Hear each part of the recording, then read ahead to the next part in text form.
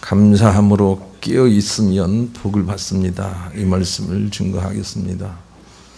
우리가 믿는 하나님은 사랑의 하나님이시고 선하신 하나님이시고 전능하신 하나님이시고 이 모든 일에 변함이 없으신 분이시고 선함 자체이신 분이십니다. 그러므로 우리가 그 하나님을 굳게 붙들어야 합니다. 디모데전서 6장 15절로 16절 기약이 이르면 하나님이 그의 나타나심을 보이시리니 하나님은 복되시고 유일하신 주권자이시며 만왕의 왕이시며 만주의 주시요 오직 그에게만 죽지 아니함이 있고 가까이 가지 못할 빛에 거하시고 어떤 사람도 보지 못하였고 또 볼 수 없는 이시니 그에게 존귀와 영원한 권능을 돌릴지어다. 아멘. 그랬어요. 선 자체이신 하나님을 우리가 늘 모시고 사는 거죠. 그분에게는 어둠이 없습니다. 그분은 악한 생각이 없습니다. 그분은 항상 우리가 좋은 곳으로 이끌림 받기를 원하시는 유일한 생각으로 항상 우리를 붙들고 계시는 분이십니다. 그러므로 그 하나님을 의지하고 그 하나님께 감사함으로 깨어 있으면 누구라도 잘 되게 되어 있습니다. 디모데전서 4장 4절로 5절에 하나님께서 지으신 모든 것이 선함에 감사함으로 받으면 버릴 것이 없나니 하나님의 말씀과 기도로 거룩하여짐이라 그랬습니다. 어떤 일이 있어도 진리 하나님께 눈을 뜨고 그냥 그 일을 감사함으로 받으면서 버텨내면 하나님은 손으로 그것을 바꿔주시겠다 그렇게 말씀을 하고 계세요.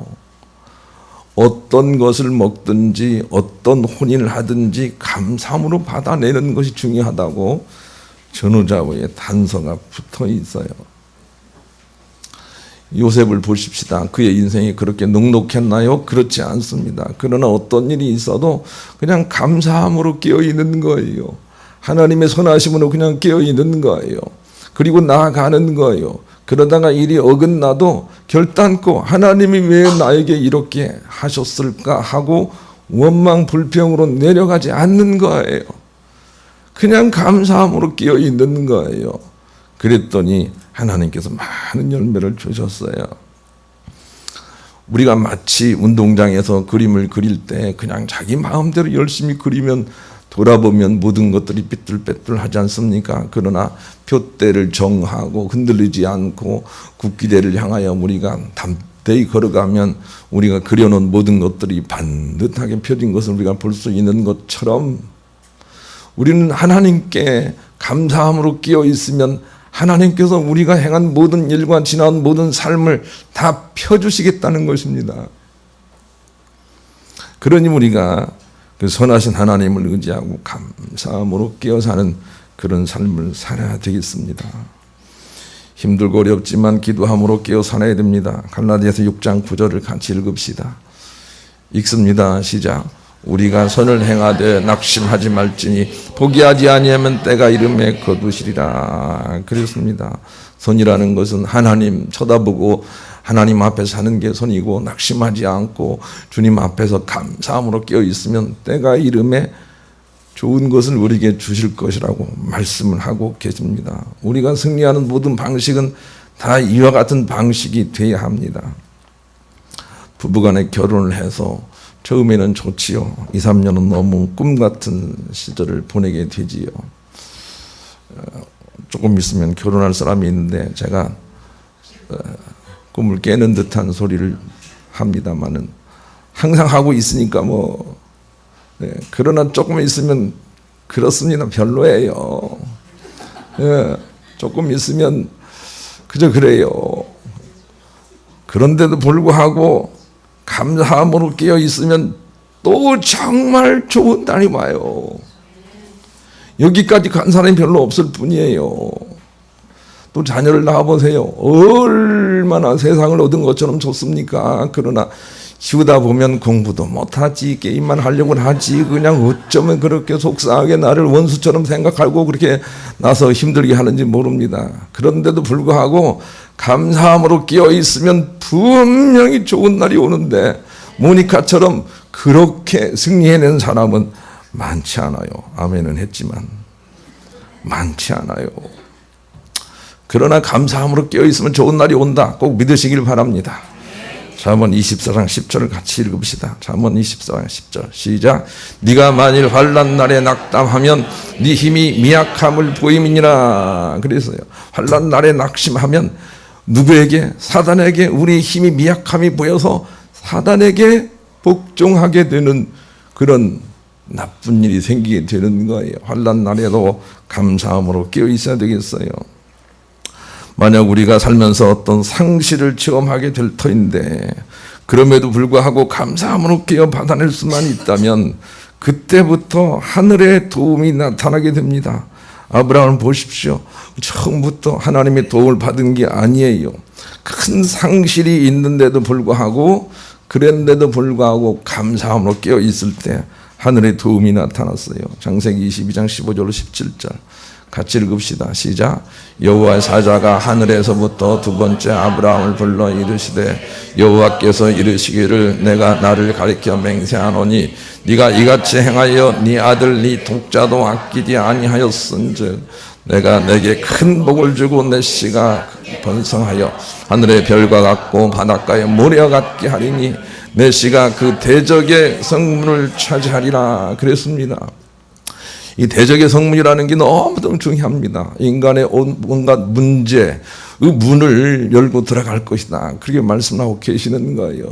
그래서 어떤 가난이든 질병이든 어떤 문제의 문을 열기 위해서는 어떤 상실의 문제에 대해서 담대함을 배워내야 돼요.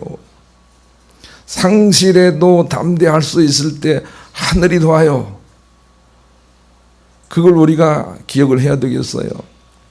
지난주에 이현숙 전사님이 뭘 좀 이렇게 잃어버릴 것에 대해서 걱정을 해요. 그래서 내가 그렇게 얘기를 했어요. 걱정하지 마세요. 상실에 대해서 담대해지면 체험이 와요. 그렇게 얘기를 했더니 집에 가서 문자가 왔어요. 목사님 그런 말씀을 주셔서 너무 감사해요 라고 하는데, 상실에 대해서 담대함을 가지면 체험이 오되 더 많은 것으로 채워진다. 이것이 하나님께서 우리 가운데 주시는 말씀이에요.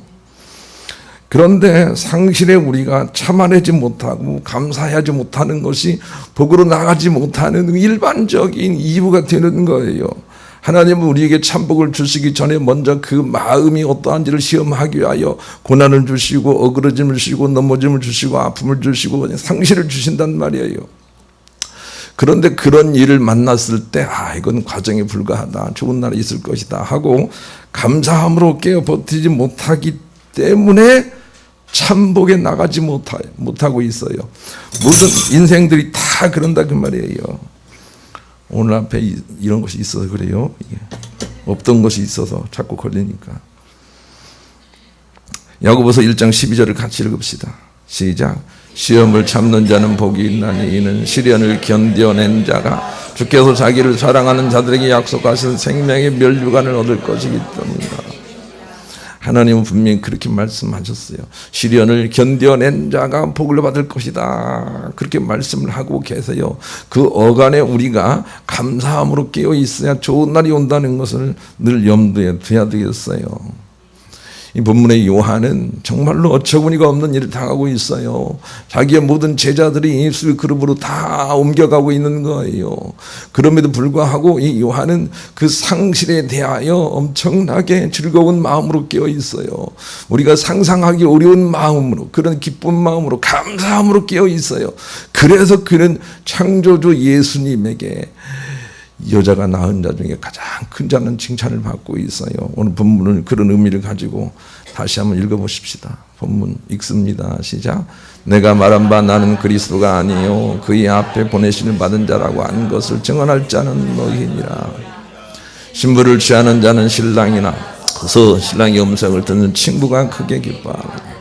나는 이러한 기쁨으로 충만하노라. 그는 흥하여 하겠고 나는 쇠하리라 하니라. 이 배경을 아시겠죠? 자기 것들이 상실되고 있는데 나는 그것이 기쁘다.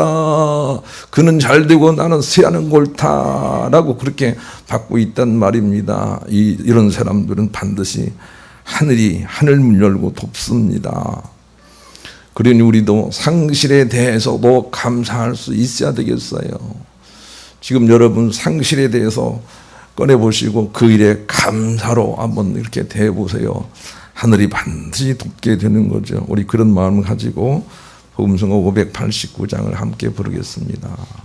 감사로 깨어 살기 위해서는 첫째로 사람을 외모로 보지 않는 훈련을 해야 된다 하고 본문이 교훈을 하고 있어요.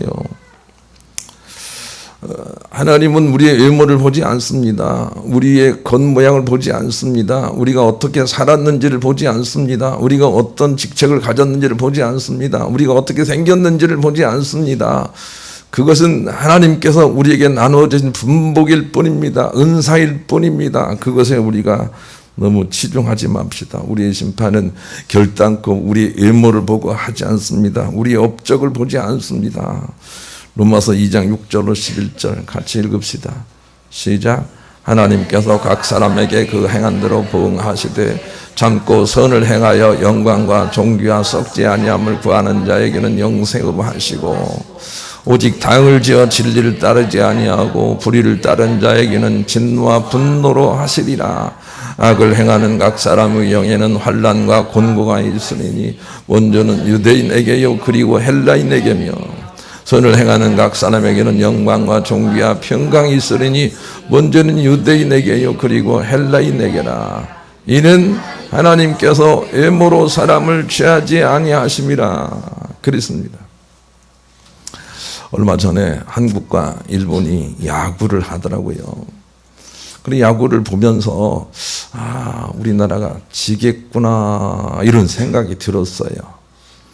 세상 모든 사람들은 어떻든 일본은 이겨야 해. 다른 나라는 몰라도 일본은 꼭 이겨야 돼. 이렇게 논설도 나와 있더라고요. 그럼에도 불구하고 나는 그런 게 보이는 게 아니라 얼마나 어떤 선수가 더 담대한지 이런 게 보이는 거예요. 보니까 일본 사람들은 모두가 다 똑같이 그런 두려움도 있겠지만 일본 사람들은 잘 절제가 돼 있고 아직도 우리 한국 사람들은 그냥 그래요.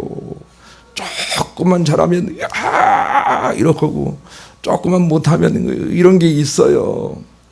그래서 나는 스스로 생각하기를 아직은 좀 멀었구나 이런 생각을 했어요. 하나님은 우리가 살면서 이기고 지는 거에 대해서 관심이 그렇게 있지 않습니다. 하나님은 외모를 보지 않기 때문에 그래요.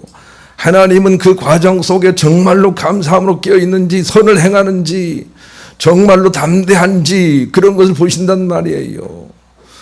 우리도 그런 걸 봐야 될 것 같아요. 나는 선동열 감독에게 그런 마음이 있어요.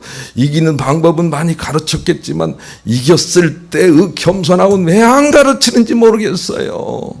졌을 때의 담대함을 왜 안 가르치는지 모르겠어요.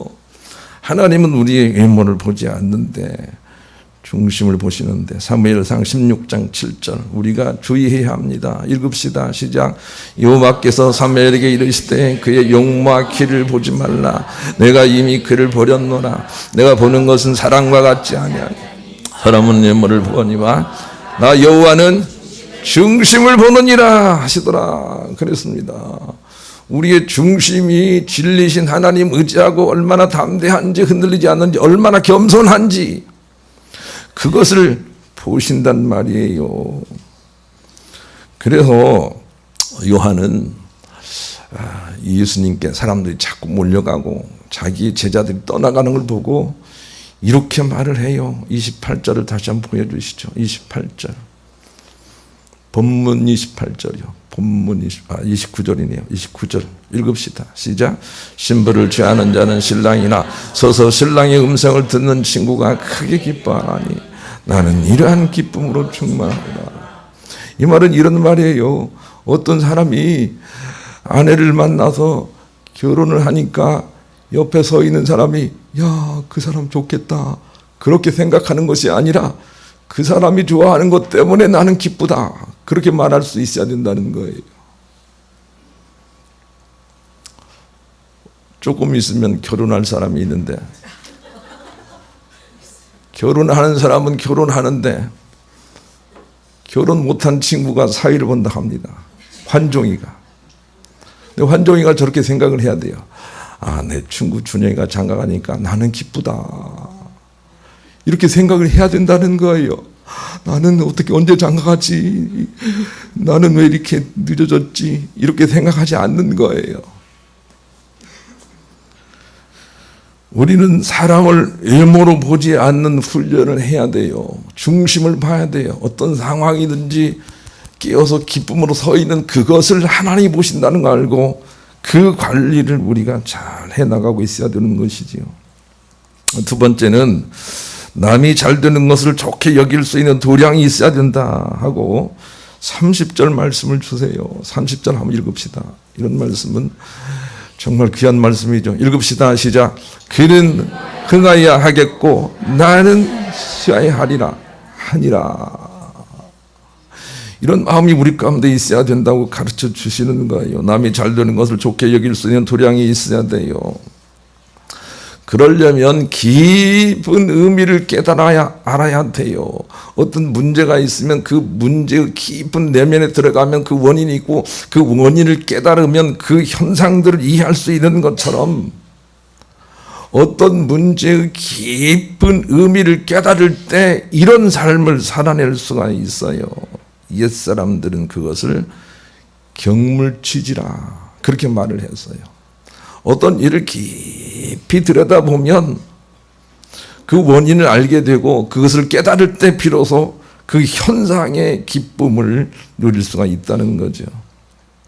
자, 우리가 남이 잘 되는 것을 어떻게 좋게 여길 수가 있겠는가 하는 깊은 의미를 고린도전서 12장 26절 27절에 가르쳐 주세요. 같이 한번 읽읍시다.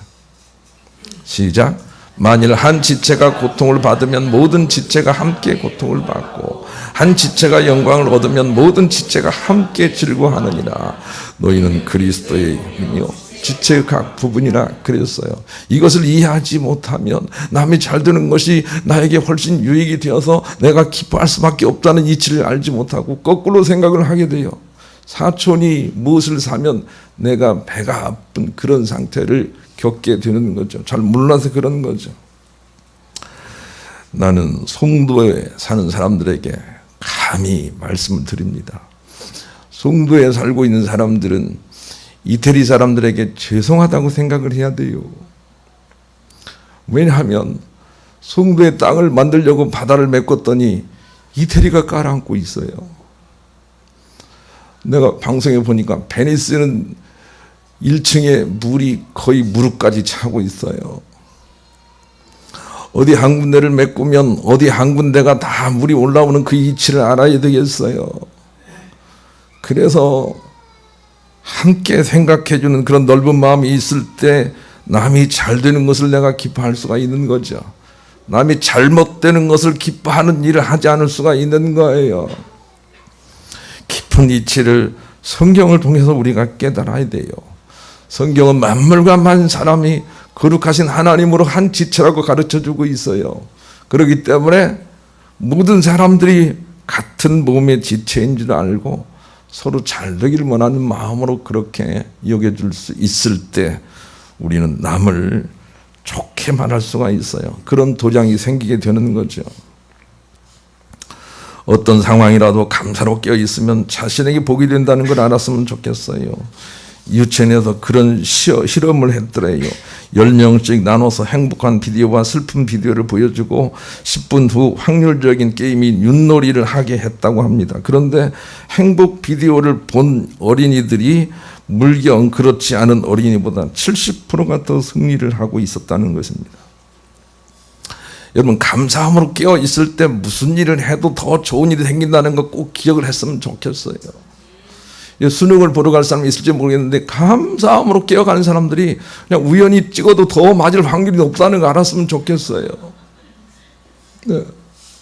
감사함으로 모든 일을 할 때 훨씬 더 좋은 일이 더 생긴단 말이에요. 미래학자 조셉 테이터는 이런 말을 했어요. 그의 제서에서 거대한 문명이 멸망하는 이유는 세 가지입니다. 그 첫째는 전쟁이고 그 다음은 기근이며 또 하나는 질병입니다. 이것은 결국 인간 내면에 있는 상처들의 결과이며 인간의 문명은 결국 감사로 그 상처들을 다스리지 못한 결과로 인하여 붕괴되고 마는 것입니다. 그렇게 분석을 했어요. 우리가 감사한다는 것이 얼마나 위력이 있는지를 알고 감사해야 되겠어요. 예수를 믿는다는 것은 범사에 예수님처럼 감사함으로 모든 걸 받아내어서 결국은 부활 승리에 동참하자는 거예요. 예수를 믿는다는 것은 범사에 예수님처럼 십자가를 짐으로 말미암아 모든 것들을 감사함으로 끼어 선으로 만들어내는 일에 믿음을 가지고 동참한다는 것을 의미하는 거예요. 그런 의미를 가지고 우리가 예수를 믿어야 돼요. 예수를 믿으니까 복이 오겠다 이런 생각으로 급히 달려가면 안 돼요. 예수님의 삶의 방식이 옳다 하고 따르는 것이 예수님을 믿는 것이 되어야 해요. 예수님 십자가를 지면서도 오히려 자기에게 침을 뱉는 사람들을 위해서 기도하고 그들을 일으켜 주셨어요. 그런 삶이 결국은 승리하는 삶이다 라고 하는 것은 우리가 믿고 따르는 거예요.